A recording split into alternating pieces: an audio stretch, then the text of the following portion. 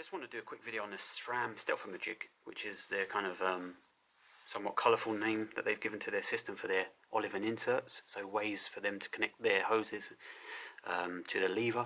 You can see on here it's actually got a warning telling you that this specific lever needs to use a StealthAMajig. Not all the SRAM levers do. We've got a TLM level here, and if we take this little rubber cap off, we can get that off. There we go. You can see there's no warning, so this will just run a standard SRAM olive and barb system. So yeah, we can take this little rubber kind of plunger of plug. There we go, and inside of there's a little red valve system. So no fluid should have come out your lever, even if you try to squeeze the brake lever. That valve system's blocking everything. There is a few things that you should have got in your kit.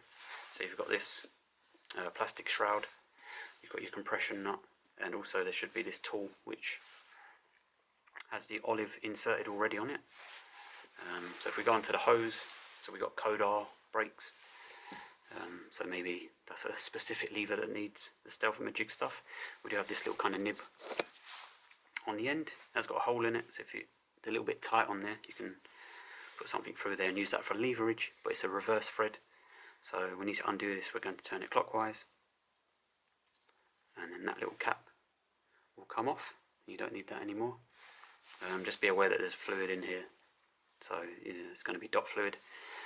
What we're going to do is grab the little plastic shroud, and we're just going to slot that on. Doesn't matter which way it goes, because you can turn that later and line it all up. Take your compression nut and put the hex end on first, and then we're going to grab the little tool that's got the olive on there, and we are going to screw that on.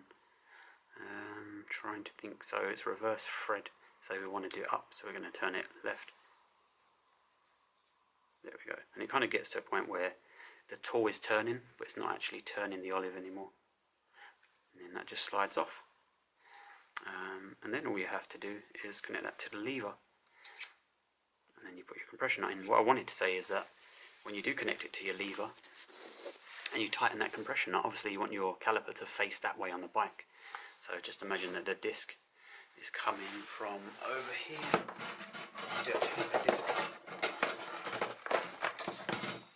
So the disc is going to be here. So you obviously want your caliper to face that way. There's no point having the caliper face that way, or it could be backwards. So just be mindful when you do up that compression nut, where your hose is, and try and hold the hose in place. It doesn't always work, and you might even find that in the end you have to undo this banjo fitting and just flip this banjo around 180 degrees to get everything lined up. But yeah, that's kind of a separate thing really. What I'm going to do is just connect this. That just slots into there. Just going to grab our compression nut,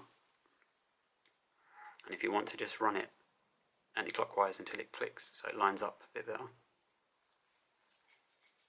and then it goes into there. So when that's loose, you can see that's kind of able to turn without turning the hose.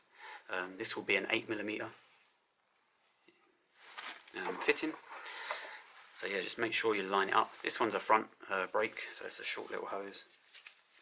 Like I said, just line it up so that or in the UK you would have it on the right side, and then that's facing that way. So yeah, and then you would just basically nip that up. There's probably a torque setting of around 8Nm, but if you want to do that you'll need a crow's foot, which I don't actually have. So that's ultimately that. So if you was using a spanner, just tighten it, nip it up. It doesn't have to be crazy tight on there, and then afterwards you can pull this over, and then you can see that your lever actually works because the valve has been pushed inwards and allowed the fluid to come through. So yeah, I'm just going to essentially work out which way I want my lever, but that's ultimately how you kind of set these brakes up from the box.